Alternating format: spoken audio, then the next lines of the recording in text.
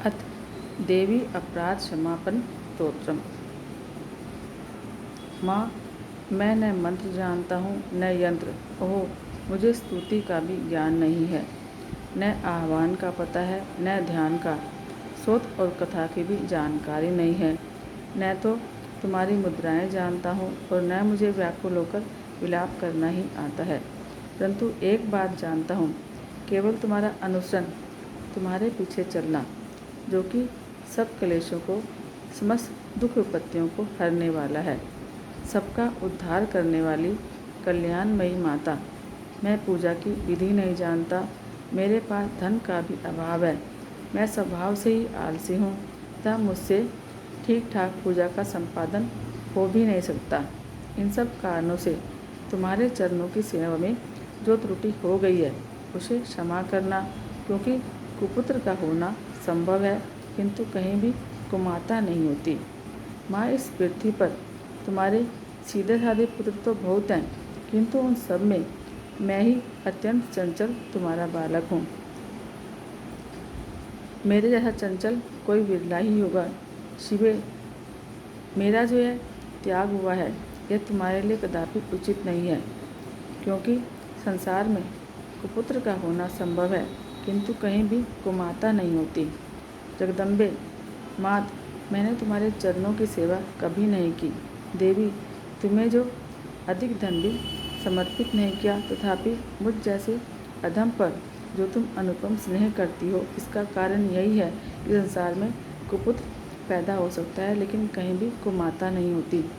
गणेश जी को जन्म देने वाली माता पार्वती अन्य देवताओं की आराधना करते समय मुझे नाना प्रकार की सेवाओं में व्यग्र रहना पड़ता था। इसलिए 85 वर्ष से अधिक अवस्था बीत जाने पर मैंने देवताओं को छोड़ दिया है। अब उनकी सेवा पूजा मुझसे नहीं हो पाती, अतः उनसे कुछ भी सहायता मिलने की आशा नहीं है। इस समय यदि तुम्हारी कृपा नहीं होगी तो मैं अवलंब रहित होकर किसकी शरण में जाऊंगा। माता अपर्णा, तुम्हारे मंत्र का एक अक्षर भी कान में पड़ जाए तो उसका फल यह होता है कि मूर्ख चंडाल भी मधुपाक के समान मधुर वाणी का उच्चारण करने वाला उत्तम वक्ता हो जाता है। दीन मनुष्य भी करोड़ों स्वर्ण मुद्राओं के संपन्न हो जाने पर चिरकाल तक निर्भय विहार करता रहता है। जब मंत्र के एक अक्षर के श्रवण का इतना फल है तो जो लोग विधि पूर्वक जप में लगे रहते हैं, उनके जप से प्राप्त होने वाला उत्तम फल कैसा होगा, उसको कौन मनुष्य जान सकता है।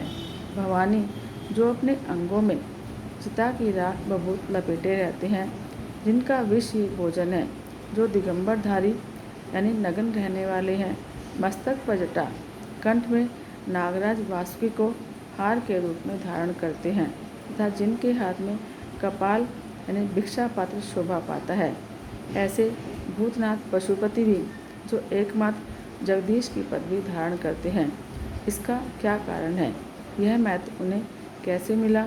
यह केवल तुम्हारे पानी ज्ञान की परिपाटी का फल है।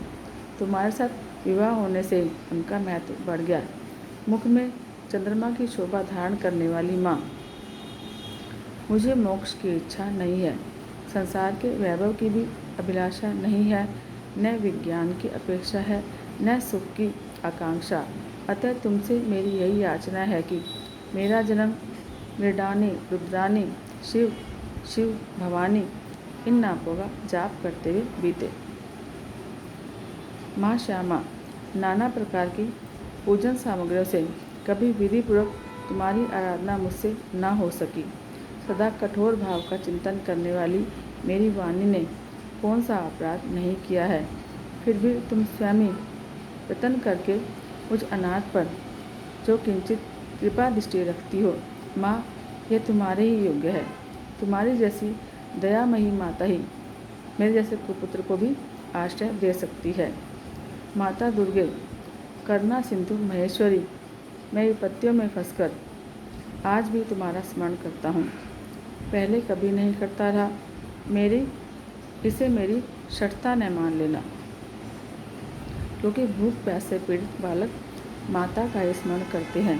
जगदम्ब, मुझ पर जो तुम्हारी पूर्ण कृपा बनी हुई है, इसमें आश्चर्य की कौन सी बात है। पुत्र अपराध पर अपराध क्यों न करता जाता हो, फिर भी माता उसकी उपेक्षा नहीं करती। महादेवी, मेरे समान कोई पातकी नहीं है और तुम्हारे समान दूसरा कोई पापहारिणी नहीं है। ऐसा जानकर जो उचित जान पड़े वह करो। इति देवी अपराध क्षमा आपन स्तोत्रम।